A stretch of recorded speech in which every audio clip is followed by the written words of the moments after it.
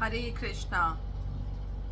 जैसा कि हम हमेशा ही भगवत गीता से कोई इम्पोर्टेंट श्लोक लेते हैं और सारे ही श्लोक इम्पोर्टेंट हैं, तो और इधर मैंने जो लास्ट 2 वीडियोस बनाए उसमें I have been talking about reincarnation, soul.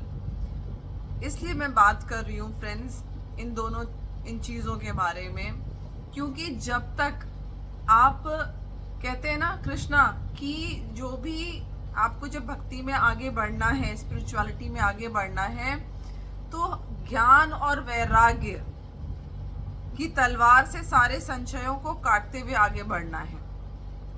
Emotionally नहीं, खाली कि आपने किसी पे बिलीव किया और उसने आपसे कह दिया कि आप शरीर नहीं है, आत्मा है, और आपने बिलीव कर लिया out of emotions and then you started proceeding on spiritual path and later on मान लीजिए जिसने ये बात कही थी उसका somehow डाउनफॉल हुआ किसी भी वजह से, हो सकता है फेक हो या हो सकता है रियल हो, जो भी है, और आपका विश्वास टूट गया क्योंकि इस इंसान ने ये बात कही थी, तो ये बात गलत हो सकता है हो गई हो। इसीलिए कृष्ण ने कहा है कि ज्ञान और वैराग्य के साथ भक्ति में आगे बढ़ो। ऐसा नहीं है सारे शास्त्रों का ज्ञान हो जाए और बिल्कुल हम प्रकांड पंडित बन जाएं, नो, बट बेसिक नॉलेज होना बहुत जरूरी है सो दैट कि इलॉजिकल साउंड ना हो जब स्पेशली हमारे फेथ को कोई हिलाने की नोइंगली या अननोइंगली कोशिश करे, या कोई बैड एक्सपीरियंस आपकी लाइफ में आ जाए। उस बैड एक्सपीरियंस और आएगा 110% आई एम श्योर, 2 वजहों से आएगा। एक तो वो हो सकता है माया का अटैक हो, और दूसरा हो सकता है कृष्णा आपका टेस्ट ले रहे हो। तो दोनों ही सूरतों में बैड एक्सपीरियंसेस स्पिरिचुअल लाइफ में जरूर आएंगे, और इन बैड एक्सपीरियंसेस की वजह से हमारा फेथ जो है वो कृष्णा पे से टूटना नहीं चाहिए, भक्ति पे से हटना नहीं चाहिए, अडिग होना चाहिए बिल्कुल। तो उसके लिए बेसिक ज्ञान होना बहुत जरूरी है। अब हमारे लिए अर्जुन ने बहुत सारे क्वेश्चंस पूछे हैं कृष्णा से, तो चलिए ध्यान से सुनते हैं कि कुछ बातें कृष्णा ने अर्जुन को बोली थी कि जैसे जो भोजन खाओ या जो भोजन हम प्राप्त करते हैं उसको वो यज्ञ में ऑफर किया हुआ होना चाहिए, भोग लगा हुआ होना चाहिए। तो आखिर कुछ उसकी वजह से, इन एक्सप्लेनेशंस की वजह से अर्जुन चैप्टर 8 में कुछ क्वेश्चंस पूछता है कृष्णा से। सुनिए क्या क्वेश्चन पूछता है वो। अर्जुन कहता है, who is the lord of sacrifice and how does he live in the body O Madhusudan, and how can those engaged in devotional service know you at the time of death. Arjun कह रहा है, हे मधुसूदन, यज्ञ का स्वामी कौन है ना। यज्ञ में अर्पित भोजन करने को कृष्णा ने कहा है, यज्ञ के ही द्वारा हमको लाइफ में आगे चीजों में बढ़ना है, तो ये यज्ञ का स्वामी है कौन, और वह शरीर में कैसे रहता है, और मृत्यु के समय भक्ति में लगे रहने वाले आपको कैसे जान पाते हैं। बहुत बेसिक क्वेश्चन पूछा है अर्जुन ने। ये लास्ट क्वेश्चन हमारे लिए बहुत इंपॉर्टेंट है कि मृत्यु के समय भक्ति में लगे रहने वाले आपको कैसे जान पाते हैं, क्योंकि ये बहुत इंपॉर्टेंट है। यही करने से हमको स्पिरिचुअल प्लैनेट मिलेगा, भगवत धाम की प्राप्ति होगी। तो इस क्वेश्चन का आंसर सुनना बहुत जरूरी है। तो इन्हीं क्वेश्चंस का आंसर करते हुए कृष्ण कहते हैं चैप्टर 8 में श्लोक number 3, the indestructible transcendental living entity is called Brahma, okay, and his eternal nature is called Adhyatma, the self. Action pertaining to the development of the material bodies of the living entity is called karma or fruitative activities. भगवान ने कहा अविनाशी और दिव्य जीव ब्रह्म कहलाता है और उसका नित्य स्वभाव पॉइंट 2 आध्यात्म या आत्म कहलाता है। पॉइंट 3 जीव के भौतिक शरीर से संबंधित गतिविधि कर्म या सकाम कर्म कहलाती है। 3 पॉइंट्स कृष्णा ने इसमें एक्सप्लेन किए हैं। क्या क्या? कि अविनाशी और दिव्य जीव ब्रह्म कहलाता है। दूसरा, उसका नित्य स्वभाव अध्यात्म या आत्म कहलाता है। तीसरा पॉइंट, जीव के भौतिक शरीर से संबंधित गतिविधि कर्म या सकाम कर्म कहलाती है। सिंपल, जो बॉडीली लेवल पे हम जो भी एक्टिविटीज करते हैं अपनी इस बॉडी के सेटिस्फैक्शन के लिए, वो कर्म कहलाती है। इसका एक्सप्लेनेशन जो किया है प्रभुपाद ने, दैट इज वेरी ब्यूटीफुल, बहुत अच्छा है। बहुत मतलब एटलीस्ट जो स्पिरिचुअल सीकर्स हैं उनके लिए ना बहुत सुकून पहुंचाने वाला है ये। तो सुनते हैं इसमें प्रभुपाद ने क्या क्या एक्सप्लेन किया, क्योंकि इसमें जो क्वेश्चंस हमारे अंदर अराइज भी नहीं हुए होंगे, क्योंकि हमें कंप्लीट नॉलेज तो है नहीं, उनको थी, तो उन्होंने उन क्वेश्चंस का भी आंसर दिया है। जब जिसका आपको आंसर पहले मिलेगा, फिर क्वेश्चन आपके दिमाग में बाद में आएगा कि हाँ ये बात तो सही है, ऐसा कैसे था। प्रभुपाद एक्सप्लेन करते हैं, ब्रह्म is indestructible and eternally existing, and its constitution is not changed at any time. But beyond Brahma there is पर ब्रह्म। अब ब्रह्म को ही लोग सब कंफ्यूज हो जाते हैं, तो यहाँ ब्रह्म मतलब जीव की बात हो रही है, उसी की बात हो रही है कि ये तो इनडिस्ट्रक्टेबल है, इसको ये चेंज नहीं होता है कभी भी। एक ब्रह्म है और दूसरा क्या है? पर ब्रह्म है, भगवान। Brahman refers to the living entity, मतलब हमारी जो कॉन्शियसनेस है। And Para Brahman refers to the supreme personality of Godhead, that is Krishna.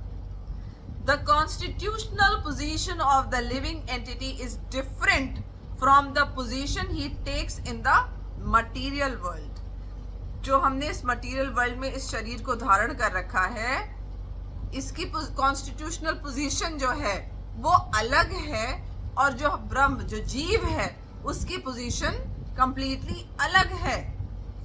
In material consciousness his nature is to try to be lord of matter. जब भौतिक वर्ल्ड में हम आते हैं, इस मटेरियल वर्ल्ड में होते हैं, तो हमारा नेचर क्या होता है? हम हर किसी चीज पे अपना वर्चस्व साबित करना चाहते हैं। Bossiness, you know, as a family आप ऑब्जर्व करोगे, फादर है, फादर क्या स्टेटमेंट देगा? मैं 4 पैसे घर लेकर के नहीं आऊंगा तो भूखे मरोगे तुम लोग। माँ का क्या स्टेटमेंट है? मैं खाना ना बनाऊं तो भूखे मर जाओगे तुम लोग। देखिए, गलत नहीं है ये, प्यार में आकर के ऐसा कहते हैं, बट ये प्यार भरा स्टेटमेंट भी एक्चुअली में बॉसीनेस शो करता है हमारी। मैं खुद कभी कभी कह सकती हूँ, ऐसी बातें कह देती हूँ, बट ये क्या है? ये हमारा ये है material basic nature, that we think that we are doing everything. क्यों? क्योंकि हम अपने आप को बिल्कुल राजा जैसा महसूस करना चाहते हैं कि हमारी सत्ता है, हम करते हैं, क्योंकि वी इंजॉय दैट थिंग।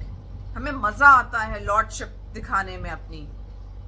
ये टिपिकल मटेरियल वर्ल्ड का नेचर है, लेकिन इसके बिल्कुल ऑपोजिट है हमारा जो रियल नेचर है। वो क्या है? बट इन स्पिरिचुअल कॉन्शियसनेस या Krishna consciousness, his position, his मतलब जीव की जो पोजीशन है ब्रह्म की, his position is to serve the supreme, पर ब्रह्म को सर्व करना, उनकी सेवा करना, ना कि लॉर्ड ओवर करना। मैं करता हूं, मैंने किया, मैं नहीं करूंगा तो ये हो जाएगा, मैं नहीं करूंगा तो वो हो जाएगा। तुम नहीं करोगे तो कुछ नहीं बिगड़ने वाला, जो करने वाला है वो ऊपर वाला है एक्चुअली में। तो लेकिन हमारा बेसिक नेचर क्या है? जो as in the form of Brahman, in the form of jiva, in the form of real consciousness, भगवान को सर्व करना, उनकी सेवा करना, ये है हमारा basic nature. When the living entity is in material consciousness, he has to take on various bodies in the material world. जब हम मटीरियल कॉन्शियसनेस में होते हैं ना कि हम ये शरीर हैं, जब तक हम ये सोचते रहते हैं हम ये शरीर हैं, हम ये शरीर हैं, ओहो मैं मर गई तो अब क्या होगा, मैं खत्म हो जाऊंगी, फिनिश, फुल स्टॉप. जब तक ये थिंकिंग, बॉडीली थिंकिंग रहती है, तब तक we keep on taking different births material world में. हमारी सोच, सिर्फ सोच की वजह से. Whenever the living entity is in material consciousness, he has to take on various bodies in the material world. This is called karma or varied creation by the force of material consciousness. वही same बात कि जब तक हमारी सिर्फ ये सोच रहती है ना कि हम ये शरीर हैं, तब तक हमको दूसरा जन्म मिलता रहता है. In Vedic literature, the living entity is called Jivatma.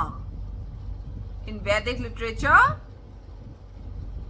the living entity is called Jivatma and Brahma. But he is never called Parabrahma. The living entity, Jivatma, takes different positions.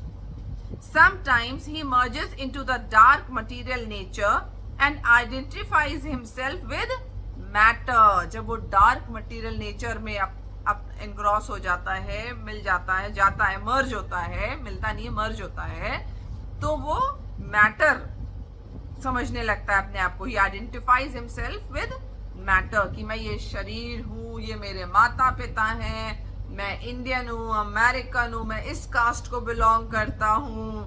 ऐसे अपने आप को आइडेंटिफाई करने लगता है जब वो dark matter से मर्ज होता है.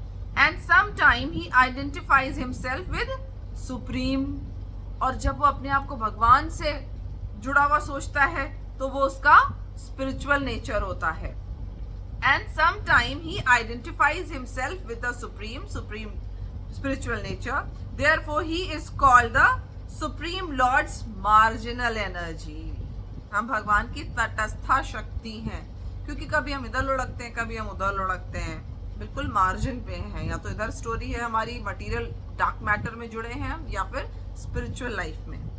According to this identification with material और spiritual nature, he receives a material और स्पिरिचुअल बॉडी. जिससे आप आइडेंटिफाई करोगे आपको वही शरीर मिलेगा. अगर आप ये मान के चलोगे कि मैं ये पंचभूत से बना शरीर ही हूं, मेरे माता पिता ने मुझे जन्म दिया है, ब्ला ब्ला ब्ला, तो आपको मटेरियल ही बॉडी मिलेगी. और आप सोच के चलेंगे आज ही से कि मैं एक स्पिरिचुअल एंटिटी हूं, तो आपको स्पिरिचुअल बॉडी मिलेगी नेक्स्ट जन्म में. ही रिसीव्स अ मटेरियल और spiritual body. In material nature he may take a body from any of the 84 lakh species of life. जब आप अपने आप को मटेरियल बॉडी समझेंगे तो आप 84 लाख स्पीसीज में से कोई भी आपको बॉडी मिल जाएगी, आपके तीनों प्रकृति के गुणों की वजह से, रजोगुण, सतोगुण और तमोगुण की जो भी प्रधानता, बैलेंस जो भी होगा आपके अंदर, उसके हिसाब से यू विल 84 लाख योनियों में से कोई सी भी योनि आपको प्राप्त हो जाएगी.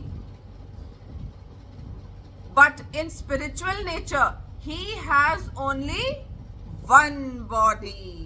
बट अगर आप स्पिरिचुअल एंटिटी अपने आप को मानेंगे तो सिर्फ एक ही शरीर होता है स्पिरिचुअल, एक ही आइडेंटिफिकेशन हमारा स्पिरिचुअल बॉडी का होता है. स्पिरिचुअल, जब हम अपने आप को स्पिरिचुअल एंटिटी समझते हैं, वहाँ पे 84 लाख योनि ये सब कुछ नहीं होता है कि आपको अलग अलग कुछ मिल जाएगा. ना ना, आपको अपना रियल फॉर्म मिल जाएगा.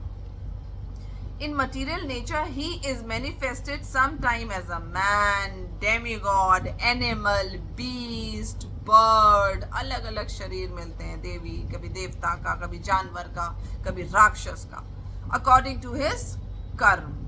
To attain material heavenly planets and enjoy their facilities, he sometimes performs sacrifices, means yajna. स्वर्ग लोक प्राप्त करने के लिए वो क्या करता है? यज्ञ करता है, पुण्य करता है। But when his merit is exhausted he returns to earth again. और जब स्वर्ग लोक में भी उसके पॉइंट्स एग्जॉस्ट हो जाते हैं, उसके पुण्यों के किए हुए पॉइंट्स, तो वह पृथ्वी पे वापस लौटता है, भूलोक पे, मृत्यु लोक पे, कर्म लोक पे जिसे कहते हैं, वापस लौटना पड़ता है उसको स्वर्ग लोक से, again in the form of a man. This process is called karma. The Chandogya Upanishad describes the Vedic sacrificial process. On the sacrificial altar, 5 kind of offerings are made into 5 kinds of fire. 5 तरह के sacrifices किए जाते हैं अग्नि में। The 5 kinds of fire are conceived of a heavenly planets, clouds, the earth, man and woman. And the 5 kind of sacrificial offerings are faith, the enjoyer, on the moon, rain, grains and semen. In the process of sacrifice, the living entity makes specific sacrifices to attain specific heavenly planets. जो हमें specifically अलग अलग planet चाहिए होते हैं, उसके accordingly हम sacrifice करते हैं। किसी को भाई अपने पितरों के पास जाना है, पितृलोक में जाना है, तो वो उसके हिसाब से थिंकिंग उसकी होती है, उसके हिसाब से वो चलता है। किसी को देवी देवता के लोग जाना होता है तो वो उसके हिसाब से चलता है। किसी को स्वर्ग जाना है तो वो स्वर्ग जाने के लिए काम करता है। Consequently reaches and he reaches them. When the merit of sacrifice is exhausted, the living entity descends to earth in the form of rain. जब आप किसी भी हेवनली प्लैनेट्स में चले जाइए तो वापस आना कैसे होता है? भाई लिफ्ट तो लगी नहीं है, या कैसे हम ऊपर से नीचे टपकते हैं, वो बताया है कृष्णा ने, एक्सप्लेन किया है इसमें कि जब सारे हमारे पुण्य के पॉइंट्स एग्जॉस्ट हो जाते हैं तो हम बारिश की बूंदों के साथ, rain in the form of rain, नीचे आते हैं। Then takes on the form of grain and the grain are eaten by man. अन्न में हमारा प्रवेश होता है बारिश के थ्रू। आत्मा जो है, जो कॉन्शियसनेस है आप कह लीजिए, वो पॉइंट्स खत्म होने के बाद जब नीचे आती है तो वो बारिश की बूंदों के साथ पृथ्वी पे एंटर होती है और अन्न में प्रवेश कर जाती है, and transformed into semen, which impregnates a woman, and thus the living entity once again attain the human form to perform sacrifice and so repeat the same cycle. और यही साइकिल चलती रहती है। अगर आप स्वर्ग लोक और बाकी देवी देवताओं के लोक तक भी पहुंच जाते हैं तो भी यही साइकिल चलेगी। अब आप कहेंगे ये तो किसने देखा, किसी ने नहीं देखा, क्या होता है? बट यार लॉजिक की बात है, बहुत सारी चीज़ें जब तक साइंस प्रूव नहीं करेगी तब तक मानोगे नहीं। इतनी सारी चीज़ें हमारे किचन में हम यूज़ करते हैं, क्या साइंस ने सारी चीज़ें प्रूव करके हमें सर्टिफिकेट दिया है तब हम यूज़ करते हैं? आज भी हम जब सब्जी छौंकते हैं तो जीरे से छौंकते हैं, क्यों? क्योंकि हमारी माँ छौंक रही थी और उसमें कुछ ना कुछ फायदे की बात है। बट साइंस ने हमको आके नहीं बताया कि तुम जीरे से सर्टिफाइड है, छौंक लोगे तो तुम्हारे को क्या बेनिफिट्स होंगे, तुम्हारे स्टमक के लिए जीरा कितना अच्छा है। ऑलरेडी हमारे पूर्वजों ने बताया जीरा अच्छा है, क्योंकि हैवी होगा खाना तो उसको डाइजेस्ट करने के लिए जीरा इज गुड। तो हम छोटी सी चीज का कोई प्रूफ नहीं मांग रहे हैं और उसको डेली हम खाते हैं, और अगर हम प्रूफ मांग भी लें तो वो सिद्ध हो जाएगा। अब जब साइंस इतनी डेवलप नहीं हुई तो कोई क्या करे?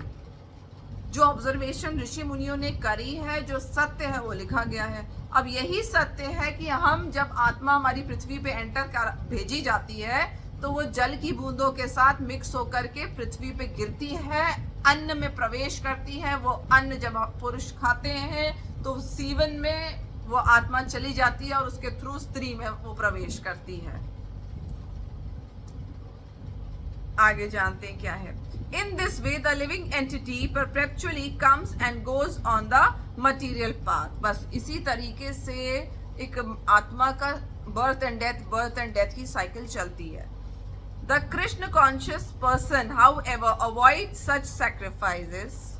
वो ऐसा कोई भी पुण्य नहीं करता है। जो कृष्ण कॉन्शियस है, जो भगवान की भक्ति कर रहा है ना, वो ऐसा कोई काम नहीं करता है जिससे उसको ये हायर स्पिरिचुअल प्लैनेट्स भी मिले। उसको नहीं चाहिए। क्यों? क्योंकि वो कभी भी वापस नहीं आना चाहता है इस प्रोसेस के साथ। उसको पता है कि मेरे को इससे हायर लेवल पे हैप्पीनेस मिलेगी। मुझे ये बेवकूफी है, you know, it is like कि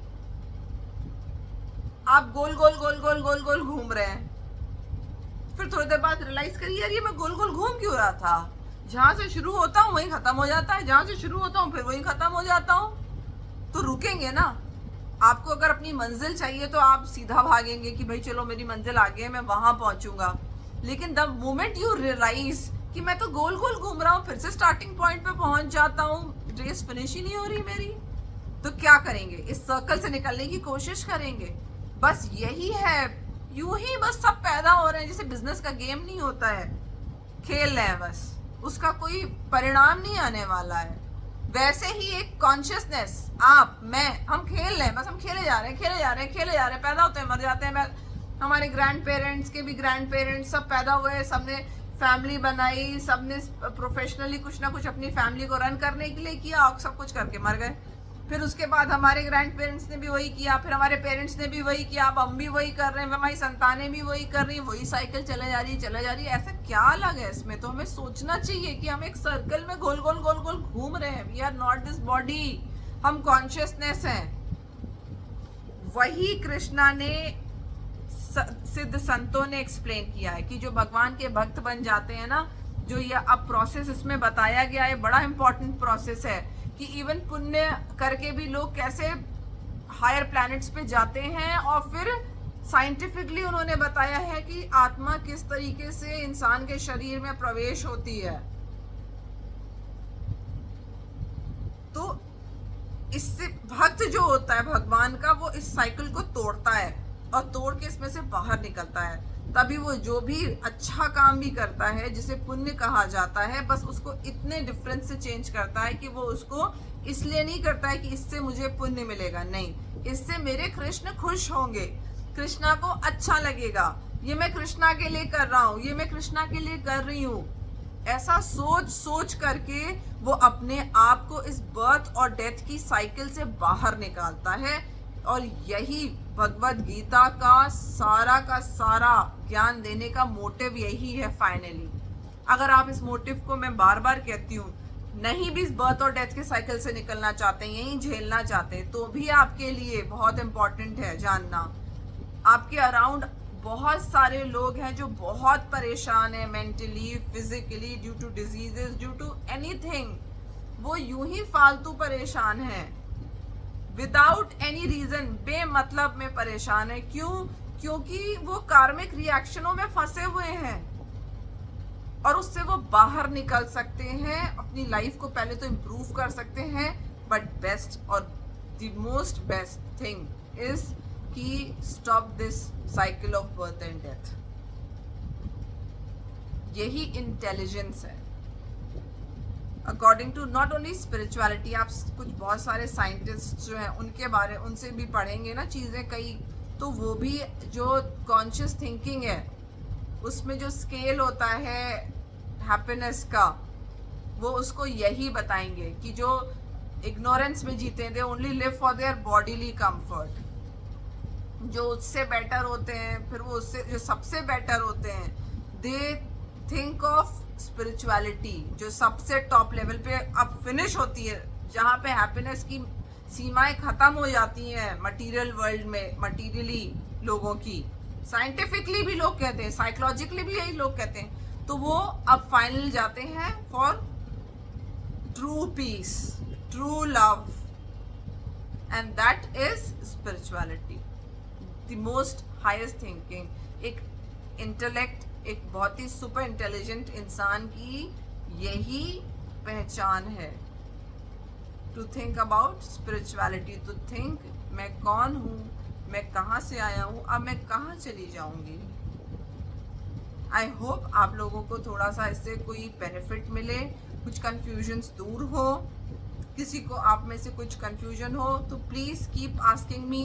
कहीं भी रुकने की, फंसने की ज़रूरत नहीं है। Krishna is with you. वो आपको कॉन्टिन्यूसली वॉच कर रहे हैं और कॉन्टिन्यूसली आपको गाइड कर रहे हैं। आपके हर स्टेप में कृष्णा की गाइडेंस है, आपकी हर गलती में कृष्णा की गाइडेंस है, आपकी हर पॉजिटिव स्टेप में कृष्णा की गाइडेंस आपके साथ है। हरे कृष्णा।